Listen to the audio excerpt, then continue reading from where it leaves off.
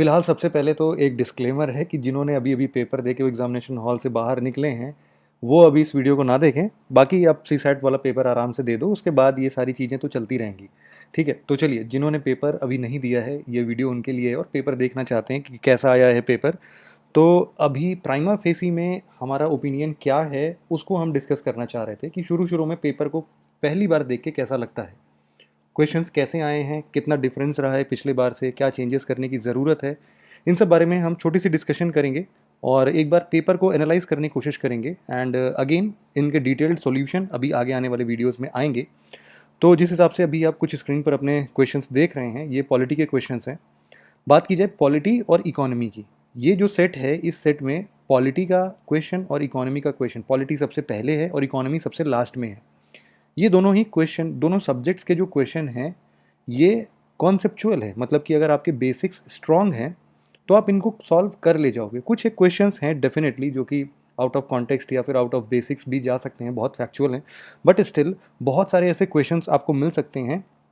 जैसे कि concentration of wealth पे ये पहला क्वेश्चन है, राइट टू प्रॉपर्टी पे एक क्वेश्चन आया है, राइट टू द सिटी पर एक क्वेश्चन आया है, जुडिशियल कस्टडी, पेरोल रूल्स, ऐसे कर करके बहुत सारे ऐसे क्वेश्चंस हैं जो कि आप कर सकते हो। अब जैसे ये क्वेश्चन सेकंड नंबर देखो, राइट टू प्रॉपर्टी, मतलब ऐसे क्वेश्चंस हैं जो कि आपको सेटिस्फैक्शन दे सकते हैं एग्जाम में। हालांकि आगे कुछ क्वेश्चंस ऐसे भी हैं जो कि आपको झटका भी देंगे, बट स्टिल ऐसे बहुत सारे क्वेश्चंस हैं ना, जो कि वही पुराना ढर्रा अपनाया उन्होंने यूपीएससी ने, कि पहले भी वो एनसीईआरटी के कुछ बेसिक डिफिनीशंस पूछते थे, इस बार भी पूछा ही है कि लिबर्टी कैसे डिफाइन कर सकते हैं, स्टेट को बेस्ट डिफाइन कैसे कर सकते हैं। तो ये सब वही एनसीईआरटी वाले क्वेश्चन हैं। ऐसे 3 क्वेश्चंस आपको मिल जाएंगे। टोटल पॉलिटी से इस बार लगभग 15-16 क्वेश्चंस आए हैं। इसके बाद हम कुछ अनएक्सपेक्टेड क्वेश्चंस देख सकते हैं, जैसे कि ये पहली बार है शायद जब अवार्ड्स पर क्वेश्चन पूछा गया है बहुत लंबे टाइम के बाद। जैसे कि ये 32nd समर ओलंपिक्स पे क्वेश्चन आ गया है, आईसीसी वर्ल्ड टेस्ट चैंपियनशिप पे और लॉरियस वर्ल्ड स्पोर्ट अवार्ड पे। ये 2000 के पहले यूपीएससी ऐसा क्वेश्चन पूछा करती थी और यूजुअली उस टाइम पर प्रतियोगिता दर्पण और ये सारे मैगजीन्स आते थे जिस पे क्वेश्चंस बनते थे। अब ऑनलाइन सिस्टम पे यूपीएससी ने ऐसा तो छोड़ रखा था कि अब ऐसे क्वेश्चंस नहीं पूछेगी, बट स्टिल 3 क्वेश्चन इस बार अवार्ड से आए हैं और ये जनरल नॉलेज का है। मतलब आप जब इंडिया ईयर बुक पढ़ते हो तो भारत रत्न और पद्मा अवार्ड्स के बारे में पढ़ते हो, तो उनके बीच में एक बेसिक डिफरेंस पूछा गया, तो ये आप शायद वहाँ से कवर कर सकते हो।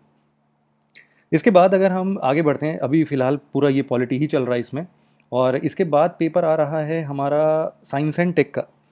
साइंस एंड टेक का ऐसा क्वेश्चन है जैसे कि कुछ क्वेश्चंस ना जनरल साइंस से हैं, जनरल साइंस, बेसिक साइंस जिसको हम लोग बोलते हैं, लेकिन वो इतने बेसिक भी नहीं है कि हम और आप उसको पढ़ते होंगे।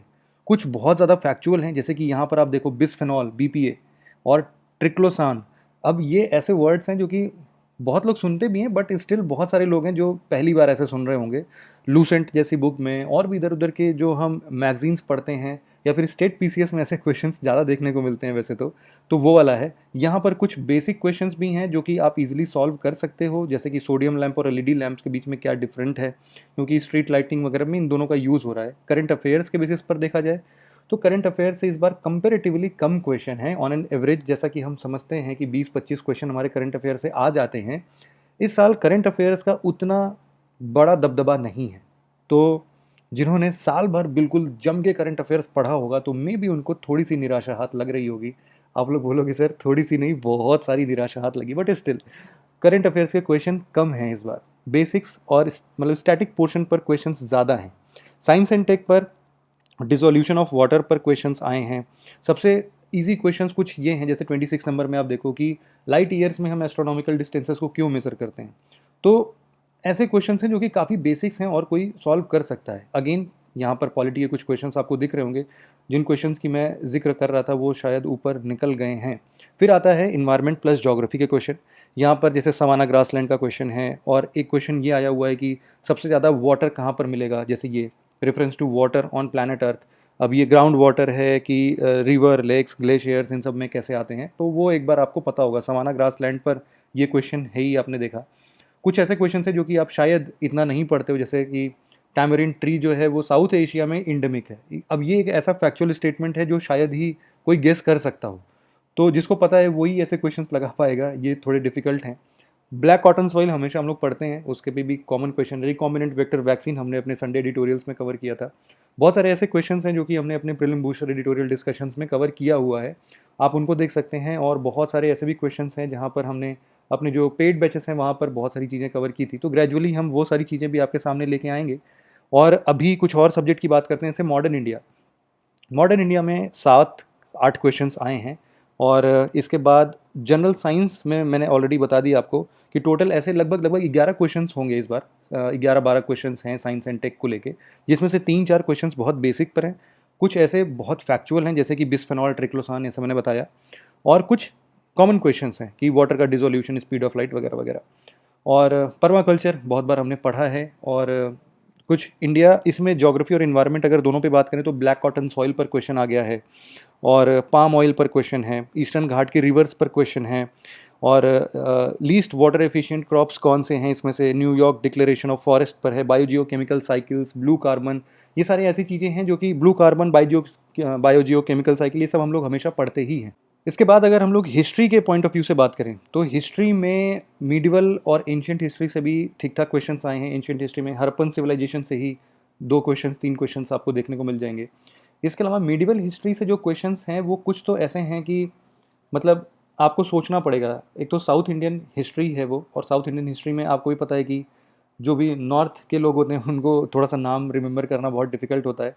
तो इन ऐसे कॉन्टेक्स्ट में क्वेश्चंस पूछे गए ना, जैसे कि जो स्टेट पीसीएस ओरिएंटेड है, ऐसा आप बोल सकते हो। जैसे कि इसमें एक क्वेश्चन आया था, मैं आपको दिखाता हूँ, ये रहा 66 क्वेश्चन देखना कि आंध्र प्रदेश में मदनापल्ले एक जगह है, वो किस रेफरेंस में है। ऑप्शन में अब है रविन्द्रनाथ टैगोर ने यहाँ पे बैठ के नेशनल एंथम को बंगाली से इंग्लिश में ट्रांसलेट किया था। तो ऐसे ऐसे जो क्वेश्चंस हैं उनको आप थोड़ा सा मतलब कोई इतना नहीं पढ़ता है, यूपीएससी के पॉइंट ऑफ व्यू से ऐसे क्वेश्चंस कम आते हैं, मतलब लोग एक्सपेक्ट नहीं करते। बाकी कुछ क्वेश्चंस इजी भी हैं, बुर्ज होम, ये सारी चीज़ें ऐसे हैं। आर्ट एंड कल्चर की अगर आप बात करोगे इसमें, तो आर्ट एंड कल्चर पर ऐसे कोई बहुत स्पेसिफिक क्वेश्चंस मुझे नहीं देखने को मिला। अजंता केव्स वगैरह पे क्वेश्चन हैं, बट ऐसे क्वेश्चन हैं जिसको आप मतलब एंशियंट हिस्ट्री वगैरह में भी कवर कर लेते हो।